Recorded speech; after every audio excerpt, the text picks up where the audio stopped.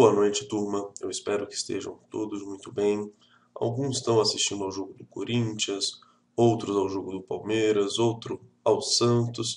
Eu poderia estar assistindo ao Vasco, mas eu prefiro às exatas 10 horas e 58 minutos, nessa linda quarta-feira de semana, conversar com vocês sobre um assunto muito importante, que é o uso dos tempos verbais, gente. Então, eu vou pedir que vocês foquem aqui no slide e no bloco de notas para a gente fazer uma aula bem dinâmica e rápida. Primeira coisa, vocês têm aqueles montes de nomes para decorar, mas se eu for pensar na lógica dos tempos verbais, eu vou ter três tempos. E isso é fácil para vocês, não tem nenhum problema. Eu tenho um tempo presente, eu tenho um tempo passado ou pretérito, ou seja, sempre que você vê no livro de português pretérito, quer dizer a mesma coisa que passado. Então não fique com medo dessa palavra. E eu tenho um tempo futuro. Até aí nada demais, eu acho que vocês vão aprender isso em física quando estudarem teoria da relatividade. Vocês vão aprender isso em história, presente, passado e futuro.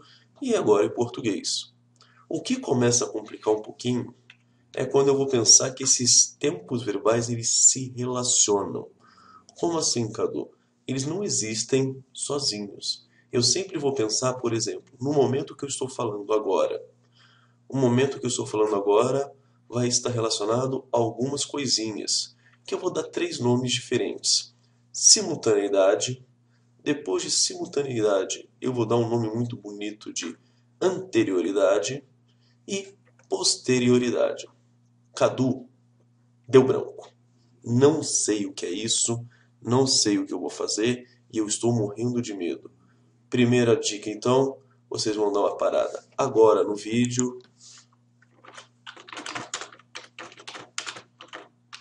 e pesquisar no Google. Então, gente, deem uma pausa rapidinha e vão para o Google que a gente volta daqui a alguns segundos, ok? Espero vocês. Até daqui a pouco. Bem, agora que vocês deram uma pausadinha no texto, que vocês foram lá assistir um joguinho de futebol, a curtir um pouquinho a família, vamos voltar aqui para continuar a explicação dos tempos verbais. Vamos começar com o primeiro que é simples. Primeira coisa, vai ser um hábito usar uma linha do tempo. Eu adoro o PowerPoint porque aí vocês vão ter uma linha reta. O que o Cadu é incapaz de fazer, eu admito isso. Só o Lessa consegue fazer isso no colégio. Eu tenho um tempo presente marcado de roxo e eu tenho esse pretérito perfeito composto marcado de cinza. E o que eu estou indicando? Uma ação que começa anteriormente ao presente, mas que continua, ó, essa setinha preta bonitinha, até o dia de hoje. Ela gera uma consequência, uma continuidade atual.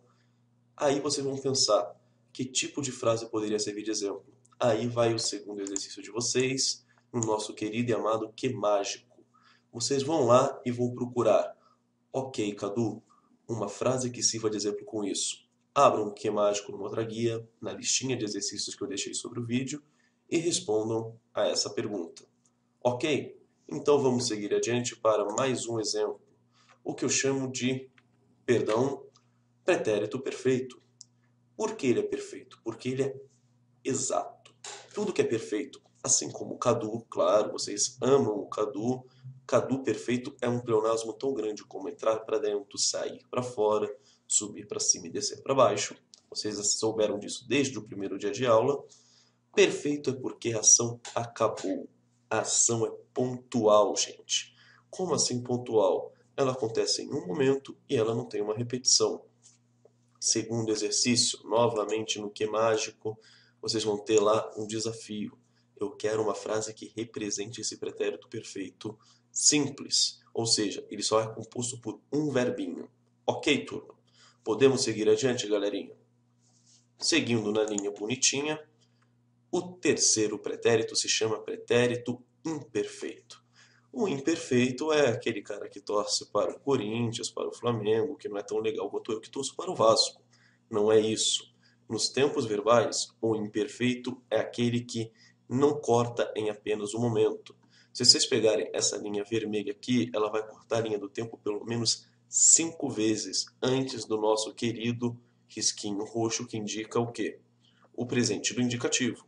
Então, gente, eu estou falando de uma ação durativa, habitual. ela é imperfeita.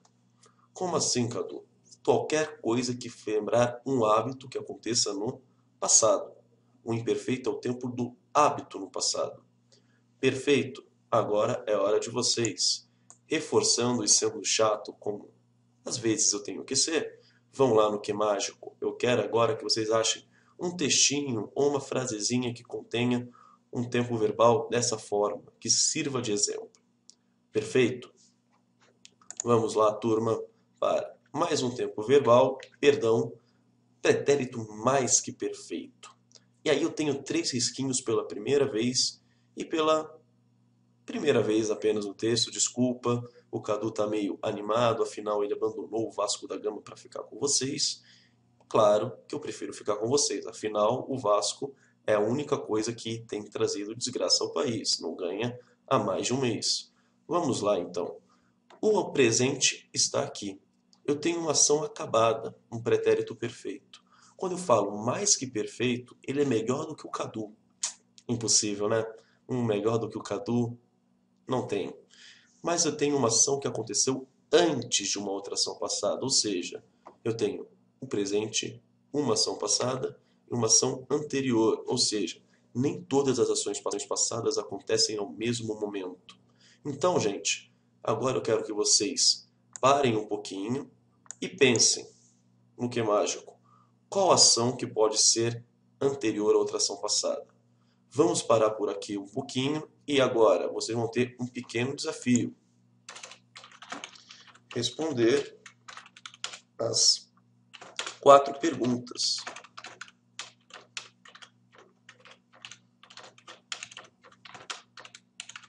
Sobre passado. Ou seja, 4 perguntinhas sobre passado para vocês terem que responder, ok?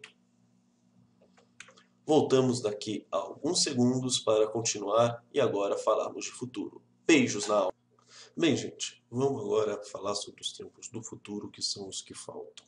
Vamos começar com um tempo muito bonitinho que eu chamo de futuro do pretérito. O termo é um pouquinho estranho, porque eu estou pensando no futuro do passado. Olha aqui, gente, na linha do tempo, o presente marcado de roxo, o passado marcado de vermelho e esse futuro do pretérito marcado de um azul clarinho. Ou seja, eu não estou fazendo um futuro em relação a esse presente. Eu estou fazendo um futuro com relação a este passado.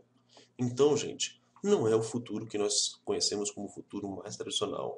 É um futuro, vamos dizer assim, de quando nós estávamos em algum momento do passado. Então, quando o Caduzinho, esse professor lindo e maravilhoso, que vocês tanto amam, tenho certeza, estava no passado, ele imaginava algumas coisas. E agora o Cadu, já adulto, já responsável professor de vocês, ele vai falar tan tan tan, tan tan tan, ou seja, eu estou pensando agora no passado e eu vou reproduzir, desculpa, essa informação por meio deste tempo verbal. Gente, seguindo e continuando, só um momentinho, por gentileza, futuro do presente, que é o futuro conhecido da gente, ou seja, nós temos um momento presente aqui de roxo e uma ação futura. O futuro do presente é o futuro tradicional. Então, gente, você já tem 2 atividades. Eu quero uma frase tanto com o futuro do pretérito, mostrando essa relação de um futuro do passado, quanto com o futuro do presente aqui, para mostrar que vocês conseguiram distinguir o do outro. Beleza? Vamos lá então, agora que o Vasco já fez um gol, o Cadu está feliz, falar do último tempo futuro. O futuro anterior, ou se vocês preferirem, eu posso chamar de futuro composto. Como assim futuro composto, Cadu? Ou como assim futuro anterior? Seria uma pergunta ótima. Eu tenho uma ação futura marcada de, desculpa, uma ação presente marcada de roxo e ação futura tradicional marcada de verde. Porém, eu tenho em azul claro uma ação futura que irá acontecer anteriormente a essa outra ação futura, ou seja, ela é anterior ao futuro. Ela continua sendo futura em relação ao presente, mas ela virá antes do outro futuro. Então, isso me remete a uma ideia muito interessante. Nem todos os verbos no futuro acontecerão ao mesmo tempo. Ok, gente? Agora, ficou como uma última atividade de vocês responder os exercícios do Que Mágico. Agora, se não vão responder o exercício passado, vocês vão lá focar e responder sobre o futuro. Então, gente, agora o problema de vocês é o futuro. E depois de responder aos exercícios sobre o futuro, eu quero que vocês acabem o questionário, porque nós vamos utilizar isso muito nas aulas da semana que vem. Beleza? Foi muito legal estar com vocês. É sempre bom poder conversar com pessoas tão maravilhosas e de quem eu gosto tanto. Gente, eu espero que vocês tenham uma ótima noite, um ótimo fim de semana. Beijos na alma e até a próxima. Tchau!